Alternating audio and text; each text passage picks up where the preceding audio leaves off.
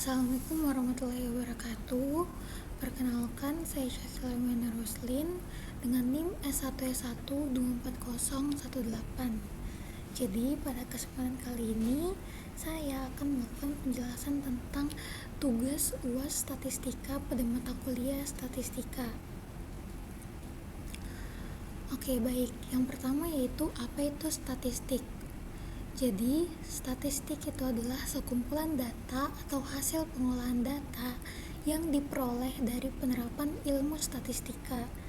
Biasanya berupa angka, tabel, grafik, atau ringkasan yang menggambarkan suatu fenomena tertentu. Nah, dalam kehidupan sehari-hari, statistika itu sering digunakan untuk menyajikan informasi yang kompleks agar lebih mudah dipahami.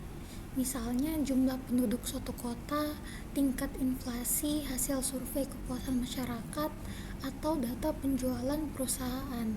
Semuanya merupakan bentuk statistik. Nah, statistik itu berfungsi sebagai representasi nyata dari kondisi atau peristiwa yang sedang diamati, sehingga dapat dijadikan dasar dalam pengambilan keputusan. Nah, perbedaan antara statistika dan statistika itu adalah ilmu yang mempelajari metode pengumpulan dan analisis data. Sedangkan statistik itu adalah produk atau hasil dari penerapan ilmu tersebut. Jadi dengan kata lain, statistika adalah proses, sementara statistik adalah hasil akhirnya. Dalam bidang teknologi dan informatika, statistika memiliki peran besar karena data yang diolah sistem seringkali ditampilkan dalam bentuk statistik. Nah, agar lebih informatif bagi pengguna, seperti grafik validasi form, laporan hasil sistem, atau analisis performa aplikasi. Oleh karena itu, statistika tidak hanya sekedar angka, tapi juga sarana komunikasi yang menjembatani data mentah dengan informasi yang bermakna dan dapat digunakan secara praktis. Lalu selanjutnya adalah apa itu analisis regresi linear sederhana. Tunjukkan contoh dan berikan pengerjaan menggunakan Excel atau software lain. Jadi, analisis regresi linear sederhana itu adalah metode statistika yang digunakan untuk melihat hubungan antara satu variabel bebas X dan satu variabel terikat yaitu Y. Tujuannya adalah untuk mengetahui apakah perubahan pada variabel X berpengaruh terhadap variabel Y, serta seberapa besar pengaruh tersebut. Jadi model matematisnya itu ditulis sebagai Y sama dengan alfa ditambah BX. Nah, Y adalah variabel terikat, sedangkan X adalah variabel bebas, dan alfa adalah konstanta, dan B sebagai koefisien regresi yang menunjukkan arah dan besar pengaruh X terhadap Y. Jadi pada contoh kasusnya itu adalah nilai tukar rupiah sebagai X dan juga nilai ekspor Y Indonesia periode 2023 hingga 2024. Jadi di sini kita akan melihat apakah pelemahan atau penguatan rupiah itu berpengaruh terhadap nilai ekspor Indonesia. Nah, secara teori jika rupiah melemah, nilai tukar akan naik, sedangkan ekspor itu cenderung meningkat karena produk Indonesia menjadi lebih murah di pasar internasional. Nah, sebaliknya jika rupiah menguat, ekspor bisa menurun karena harga produk menjadi relatif lebih mahal. Nah, sekarang itu adalah praktek menggunakan Excel. Di sini saya sudah menyiapkan data yaitu nilai tukar dan juga nilai ekspor. Nilai tukarnya itu adalah nilai X-nya, sedangkan nilai ekspor adalah nilai Y dengan periode 2023 hingga 2024. Jadi saya memiliki 24 data. Oke, yang pertama kita bisa buka ke bagian data, lalu kita klik data analis.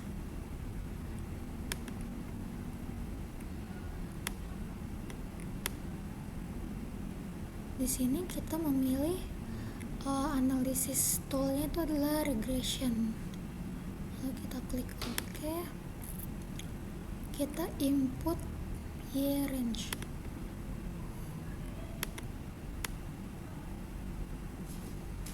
Karena Y-nya di sini adalah nilai ekspor, maka kita input C1 hingga C25. Lalu untuk input X range-nya adalah nilai tukar.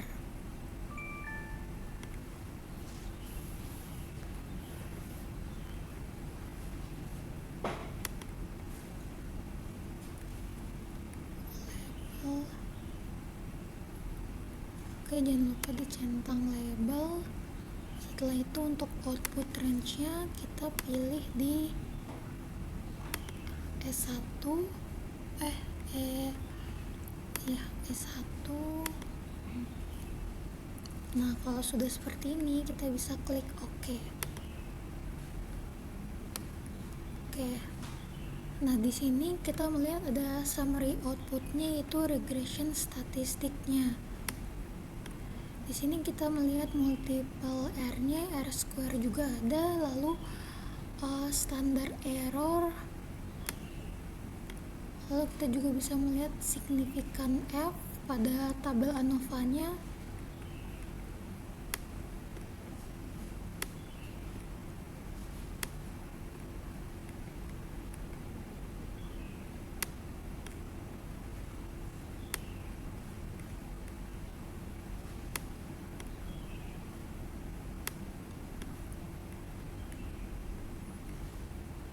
Jadi seperti ini contoh regression statistiknya menggunakan regression di Excel.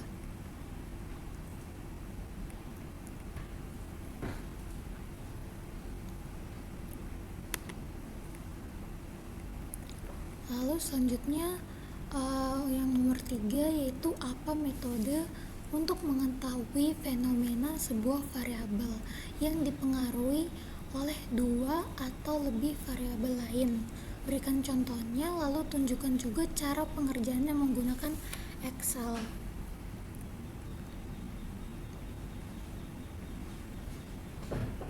Oke, jadi nama metode untuk mengetahui fenomena sebuah variabel dipengaruhi oleh 2 atau lebih variabel lain itu disebut dengan regresi linear berganda. Nah, jadi regresi linear berganda itu adalah metode statistik yang digunakan untuk menganalisis hubungan antara satu variabel terikat dengan 2 atau lebih variabel bebas. Nah, berbeda dengan regresi linear sederhana yang hanya melibatkan satu faktor. Regresi berganda itu memungkinkan kita untuk melihat pengaruh simultan dari beberapa faktor sekaligus terhadap variabel hasil.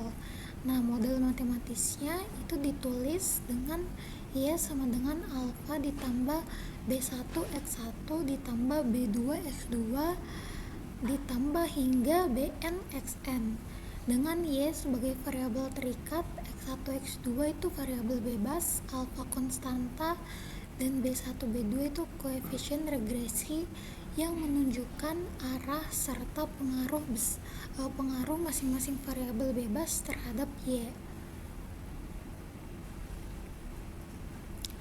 Jadi misalnya dalam studi kasus nilai ekspor Indonesia, kita dapat menggunakan regresi berganda untuk melihat pengaruh kurs rupiah dan tingkat inflasi terhadap ekspor. Jika hasil analisis menunjukkan bahwa kurs rupiah berpengaruh positif, maka pelemahan rupiah cenderung meningkatkan ekspor karena produk Indonesia lebih murah di pasar internasional. Sebaliknya, jika inflasi berpengaruh negatif, maka kenaikan inflasi akan menurunkan ekspor karena biaya produksi meningkat.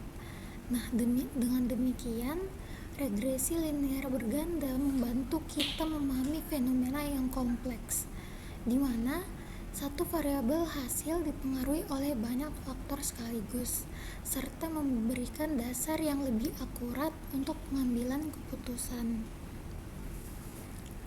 Oke, untuk studi kasus regresi linear berganda, saya masih menggunakan studi kasus sebelumnya, yaitu nilai ekspor dan juga nilai tukar rupiah. Tapi untuk variabel tambahannya, saya menambahkan nilai inflasi untuk X2-nya.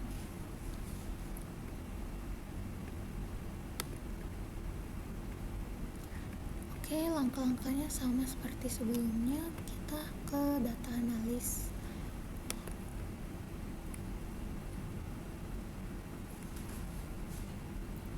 Setelah itu kita pilih regression.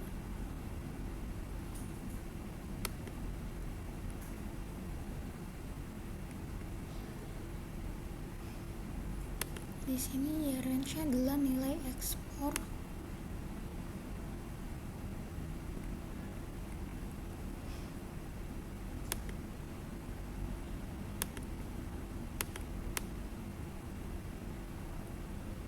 Untuk X range-nya kita masukkan nilai tukar dan juga nilai inflasi.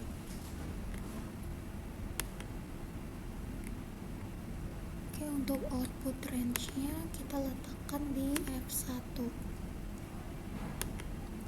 Oke, label juga kita sudah centang. Nah, jika tampilannya sudah seperti ini, kita bisa langsung mengklik OK.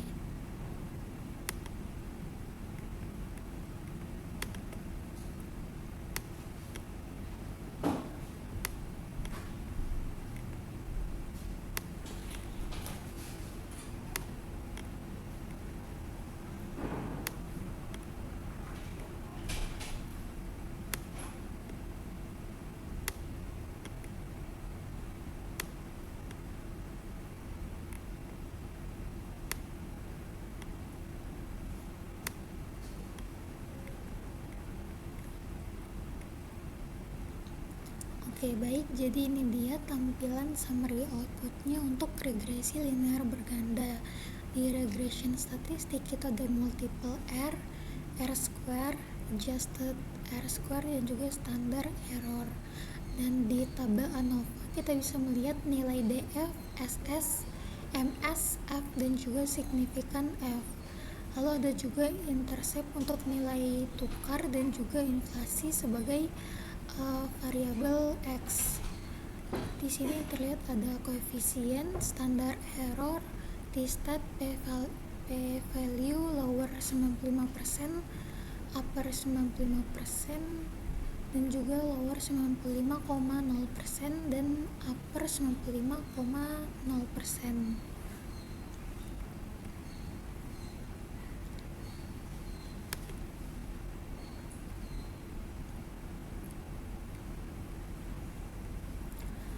Nah, untuk yang terakhir yaitu bagaimana kontribusi statistika pada bidang inventory.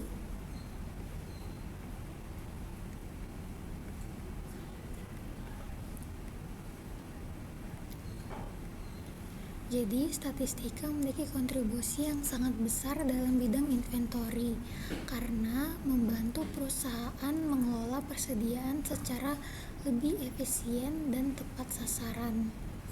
Nah, melalui metode statistika, perusahaan dapat melakukan peramalan permintaan berdasarkan data historis penjualan, sehingga jumlah barang yang disediakan sesuai dengan kebutuhan pasar. Selain itu, statistika juga digunakan untuk menentukan titik pemesanan ulang atau reorder point dan jumlah optimal barang yang harus dipesan agar tidak terjadi kelebihan atau kekurangan stok. Nah, analisis pola dan tren itu menggunakan statistika yang memungkinkan manajer inventory memahami fluktuasi musiman atau perubahan permintaan, sehingga strategi penyimpanan dapat disesuaikan. Nah, dengan demikian, statistika itu berperan penting dalam menekan biaya penyimpanan, mengurangi resiko barang rusak atau kadaluarsa, serta mengoptimalkan modal kerja.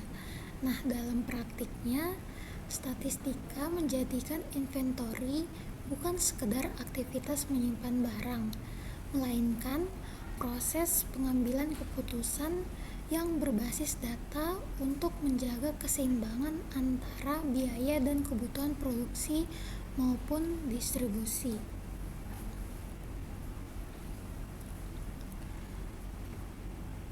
Oke, baik. Jadi itu dia penjelasan tentang UAS mata kuliah statistika.